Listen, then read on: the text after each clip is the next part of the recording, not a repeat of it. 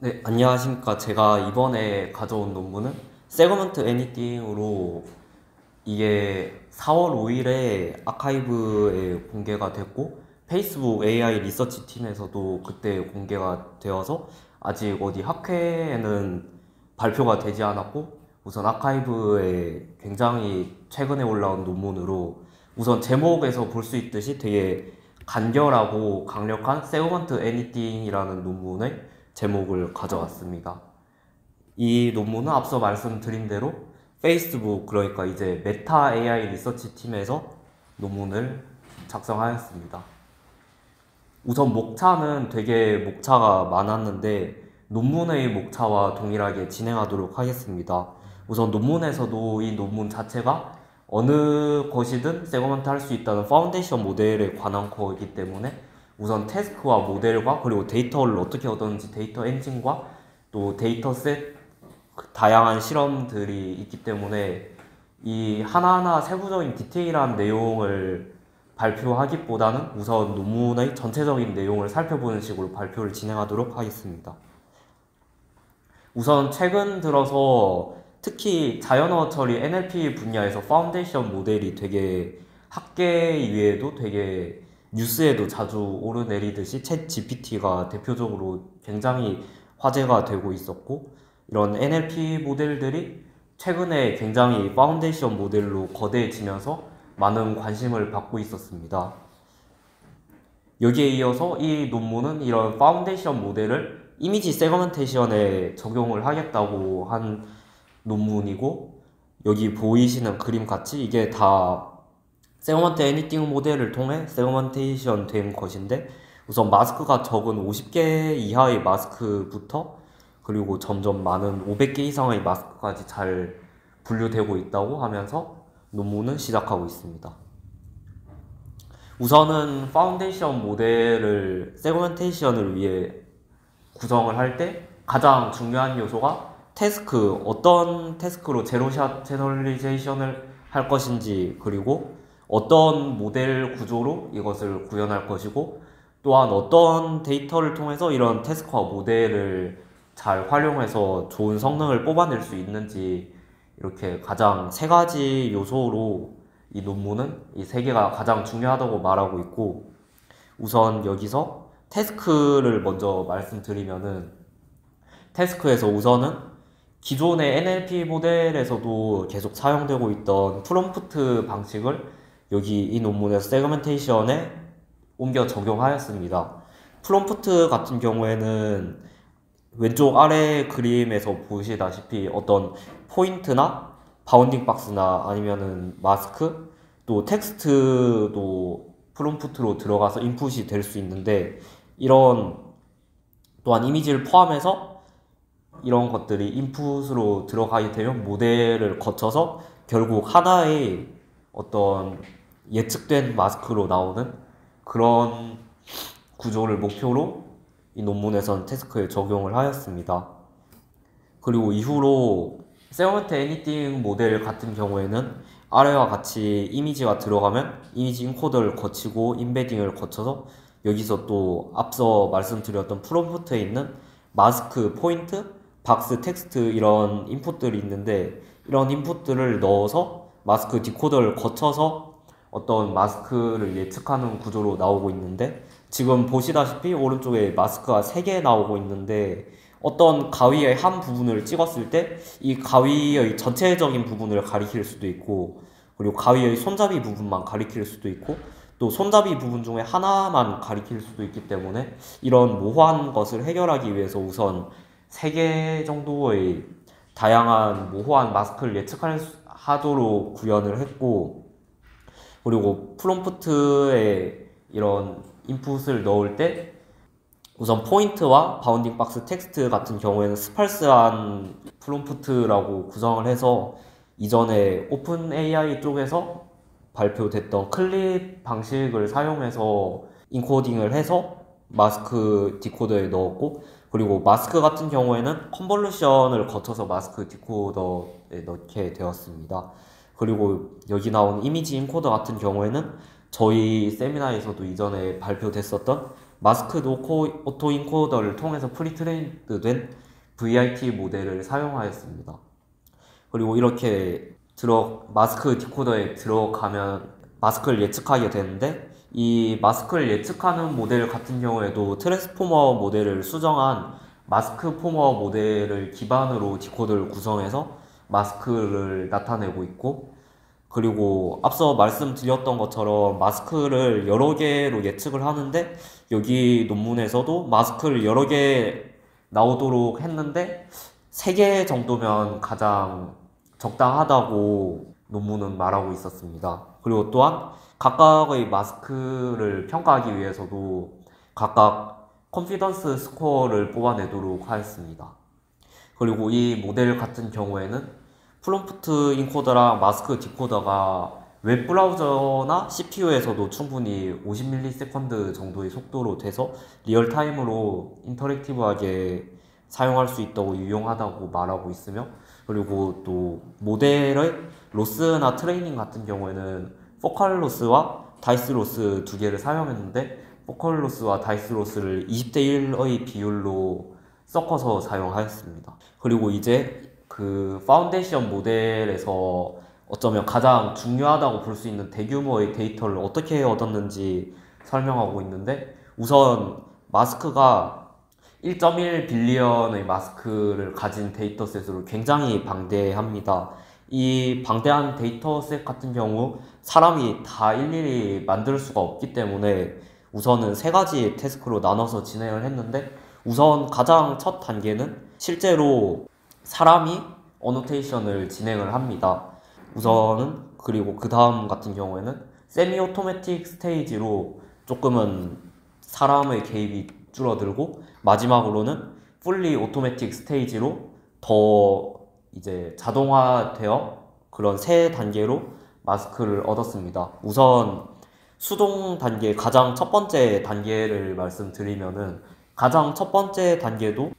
이제 프로페셔널한 전문적인 어노테이터들이 배경과 그리고 물체들을 마스크로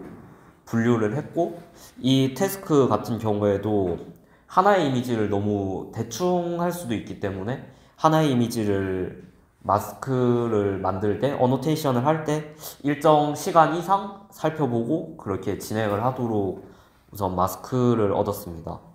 그 이후로 여기서 얻었던 마스크를 이용해서 다음 세미 오토매틱 스테이지로 넘어가게 되는데, 이 단계에서도 어노테이터들이 필요하긴 한데, 어노테이터들 같은 경우에는 이제 잘 되는 마스킹이 잘 되어서 모델에서 잘 되어서 나온 것 같은 거를 제외하고 좀 잘 안 되는 부분들에서 어노테이터들이 좀 더 집중을 해서 마스크를 얻는 단계입니다. 그리고 그 다음 3번째 단계 같은 경우에는 모두 자동화된 단계인데, 여기서 이제 어느 정도 단계가 되고 나면은 어노테이션 마스크를 어느 정도 자동으로 얻을 수 있게 되어서 이 단계에서는 굉장히 많은 데이터를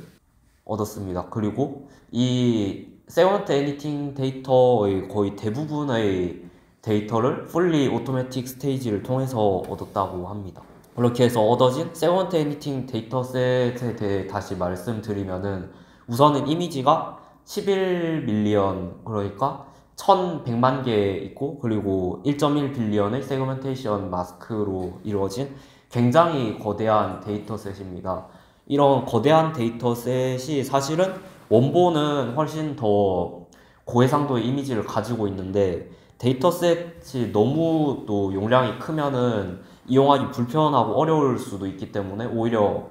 가장 짧은 면이 1500 픽셀 정도가 되도록 줄여서 사용을 했고, 앞서 말씀드렸던 것처럼 여기서 99.1%의 마스크가 모두 자동으로 만들어졌습니다. 그래서 이 마스크가 잘 만들어졌는지 의심을 할 수도 있고 또 평가를 해야 하는데, 이런 마스크 같은 경우에 평가를 여기서 한 500개 정도의 이미지를 랜덤으로 뽑아서 전문적인 어노테이터들한테 이 마스크를 더 좋은 퀄리티로 만들어 달라고 한 이후에, 그렇게 해서 수정된 마스크랑 원래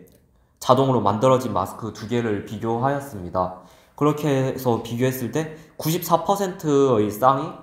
90% IOU 정도의 값을 얻었고, 그리고 97%가 이제 모두 75% 이상의 IOU로 나왔습니다. 여기서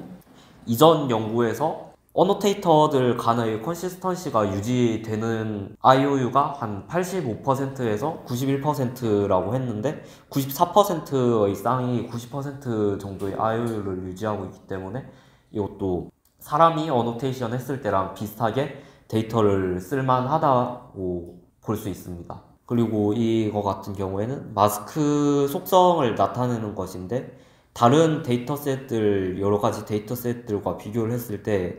SI1 빌리언 같은 경우가 세그먼트 애니띵 모델의 데이터셋인데, 데이터의 마스크가 마스크의 중간이 어디에 분포되어 있는지를 나타내는 그림인데, 세그먼트 애니띵 데이터셋 같은 경우에는 굉장히 다양하게 퍼져 있는 것을 볼 수 있고, 그리고 다른 거 같은 경우에도 주황색의 세그먼트 애니띵 데이터셋이 좀 더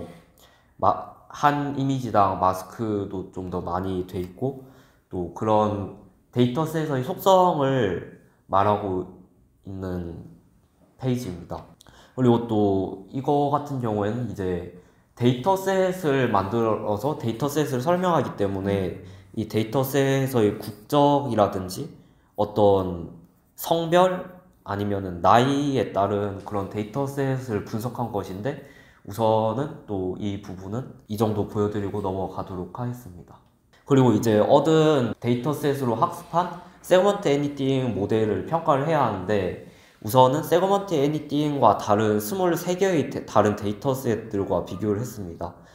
그 세그먼트 애니띵 같은 경우에는 어떤 수중과 같은 곳이나 이런 데이터 같은 경우에는 들어가지 않았기 때문에 제로샷을 비교할 수 있다라고 볼 수 있고, 또 다른 데이터셋들과 비교를 했을 때 제로샷이 얼마나 잘 됐는지 평가를 할 수가 있습니다. 그렇게 해서 다른 데이터셋들과 비교했을 때 총 23개의 데이터셋 중에서 16개의 데이터셋에서 다 좋은 결과를 얻었고, 7개의 데이터셋만이 더 안 좋은 결과를 얻었다고 하고 있는데, 우선은 논문에서도 그 다른 데이터셋들이 다양하기 때문에 다른 데이터셋 같은 경우에서도 어노테이션이 더 잘 안 돼 있을 수도 있고 그런 식으로 말을 하고 있긴 한데, 우선 23개 중에서 16개 정도로 제로샷이 잘 먹혔다고 합니다. 그리고 또 제로샷이고 파운데이션 모델인 만큼 이 태스크를 세그멘테이션 뿐만 아니라 다른 태스크에도 적용을 했는데, 우선 엣지 디텍션 같은 경우에도